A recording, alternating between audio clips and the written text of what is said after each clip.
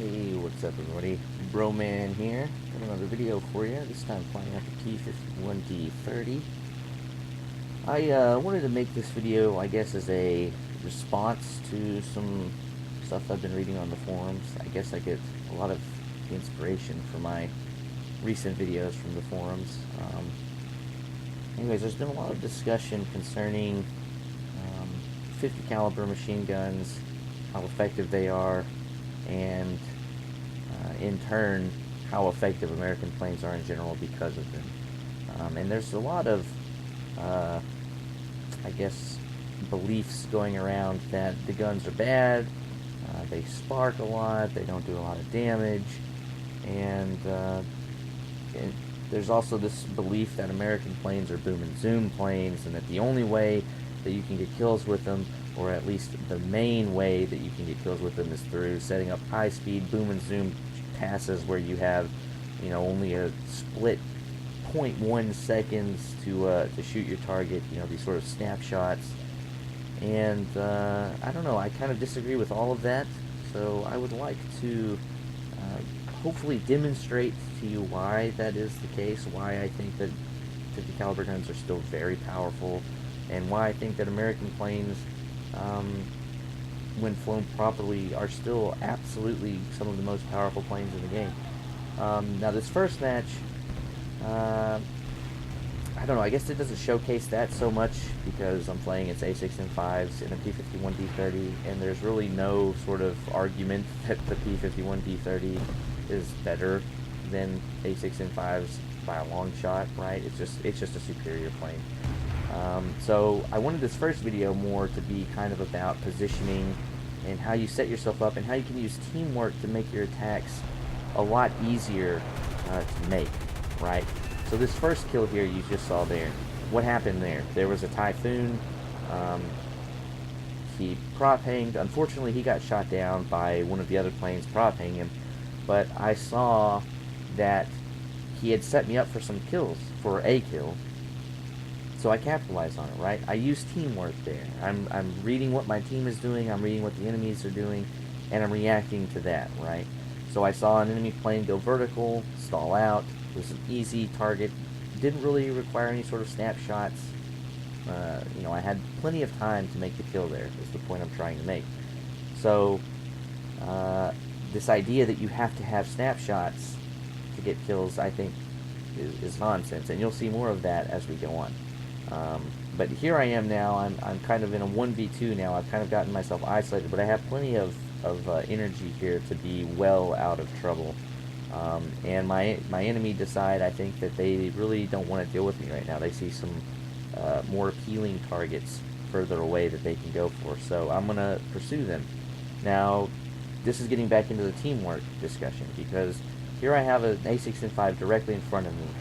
He goes for a split S here. See, now that he's out of the picture.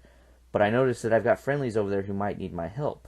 They're in the middle of a furball. There's enemies over there. Perhaps it would be wiser for me to let that A6M5 go, the first one, come over here to help my teammates, right? I'm utilizing teamwork here. And now I'm not in voice chat with these people. I've never flown with these people before. I don't know anything about them or how they fly their planes. But I'm still able to use teamwork. I'm still able to use them, even if they don't even know that I'm doing it, right? That's the point that I'm going to try to make here, is that you don't need to fly in a squad and be in voice chat to use teamwork, right? I'm looking at what's going on here. I'm observing my friendlies, I'm observing the enemies, and I'm reacting to what they're doing. Okay? So I'm looking at all of this. The big picture, and you'll see here, it looks like right now I'm tracking that A6M5 that's following this 109 F4, and that is my target right now. That's the target that I'm focusing on. But I don't have blinders on. I'm not just focusing on that one target. I'm going to pause it here, and what you can see there's this other Spitfire coming around on the bottom there. He's in a hard right-hand turn. I see that, and I think, okay, if I go for the A6M5 that's on the 109 F4, I'm going to have a difficult shot. I'm going to have a difficult time lining that shot up. But this Spitfire is going to lead these zeros directly in front of me, so if I switch targets, I'll have an easier shot, right? And that's what I do. I switch to this A6M5, I switch off my initial target, and it's an easy shot, right? I'm using teamwork. I'm reacting to what my team is doing and to what the enemy is doing. Here comes another example here. Instead of going straight up super high into to conserve all my energy, I pull hard so I can line up this shot. I'm a little bit off, but thankfully I get enough into him that I take out his tail. Normally I like to aim for the nose of the enemy plane, but anyways, I took out his tail and he can't control his plane and he goes crashing into the ground. That's another kill, right? So, teamwork. That's all I did there. I mean, I wasn't doing anything like superhuman. I wasn't like, using these incredibly insane acrobatic maneuvers. I'm just reacting to what my team is doing. I'm letting them set up my kills for me. And like I said, I don't know these people. I've never talked to them before. I'm not talking with them right now. I'm just reacting. So you can use teamwork, and you can rely on teamwork, even if you're not in a squad. Okay? And that's the main point I want to make here. Here comes another opportunity here. This guy just kind of sets himself up for me. He's nice and slow, and I get another kill. So after watching this, hopefully that kind of explains where I'm coming from regarding teamwork and even the efficiency and the effectiveness of 50 caliber machine guns, right?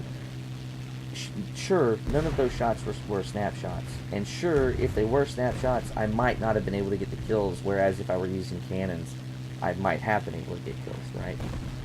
But that's the point I'm trying to make, is that if that's the only way you can set up your kills is through snapshots, you're doing it wrong. You need to rethink how you're flying, and you need to learn to set up your kills so that they're easier and you don't have to rely on those split-second snapshots. We've got another match here. This one on Norway, flying against the Germans. And I figured I'd share this one because I get into some nice 1v1 situations with some planes. So I can maybe showcase at least a little bit how you can fly the P-51 if you ever get caught in these 1v1 situations. Now, admittedly, I'm not the greatest P-51 pilot.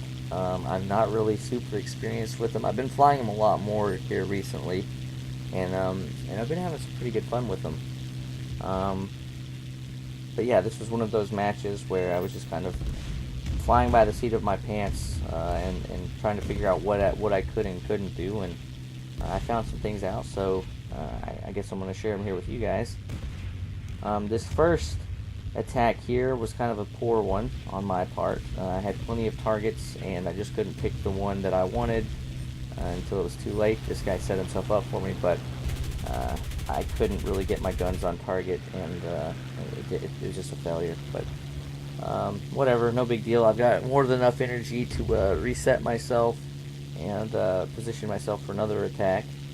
So that's what I go to do here. I'm just kind of trying to conserve my energy, get some altitude back.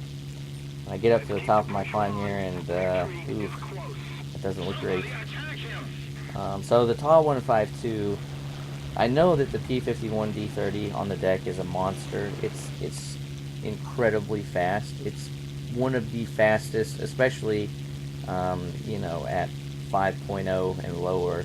It's definitely the fastest propeller plane, or the fastest single engine fighter on the deck.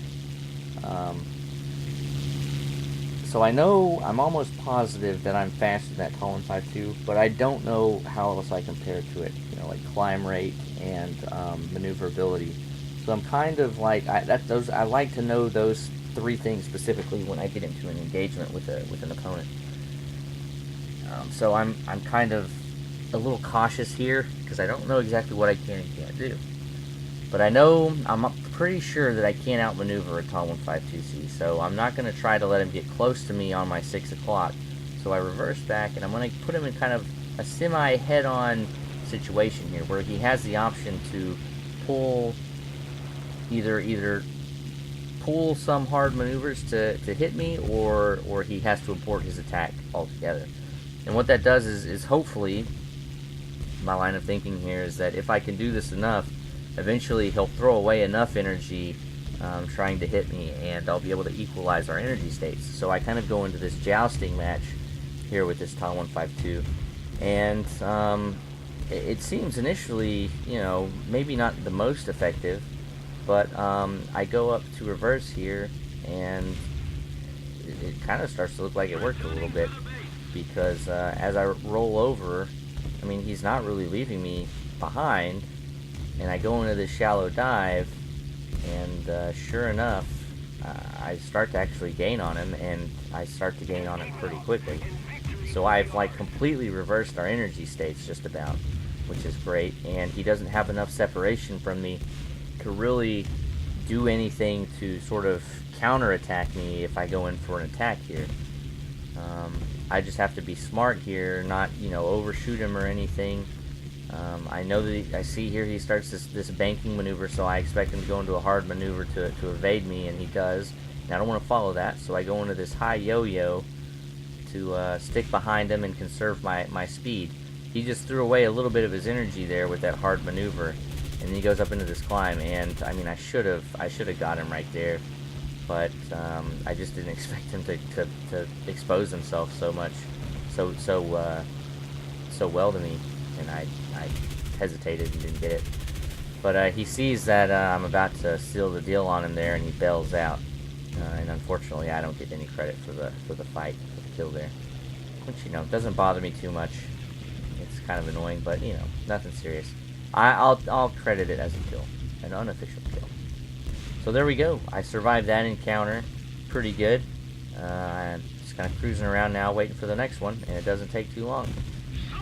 I look up here, and I've got a Tempest, German Tempest in front of me, and this is another one of those encounters that I just really don't know how well I perform against the Tempest in speed, maneuverability, and climb, especially on the deck, because I know that the Tempests they're monsters down here as well. So I see him go for that split S after the head-on, the high-speed merge, and I think maybe I'll get him to overshoot, but I quickly realize, okay, no, this guy's gonna like fly circles around me if I keep this up. And I threw away a little bit of energy trying to do that, so I go into a shallow dive, almost hit this mountain. You gotta watch out for those mountains, guys. They'll get you if you're not careful. And he's pretty close behind me now, and I'm just like, I'm hiding my head under my blankets, you know, from the boogeyman, hoping that if I can't see him, he can't see me, that sort of thing. And if I don't look, he can't hurt me, I guess. It's one of these things where if he does hit me, you know, I put myself in a situation and there's nothing I can do about it. I know that if I try to maneuver, he's going to kill me, so I've just got to try to outrun him. And it seems to work, because I look back and I'm leaving him in the dust. I mean, I easily have the top speed advantage of him down here, which is something I didn't know prior to this engagement, so hopefully now we all know. Yeah, unless he's flying with manual engine controls and has his like radiator completely open or something weird like that. I guess it's safe to say that the T-51 can easily outrun the Tempest, the German Tempest.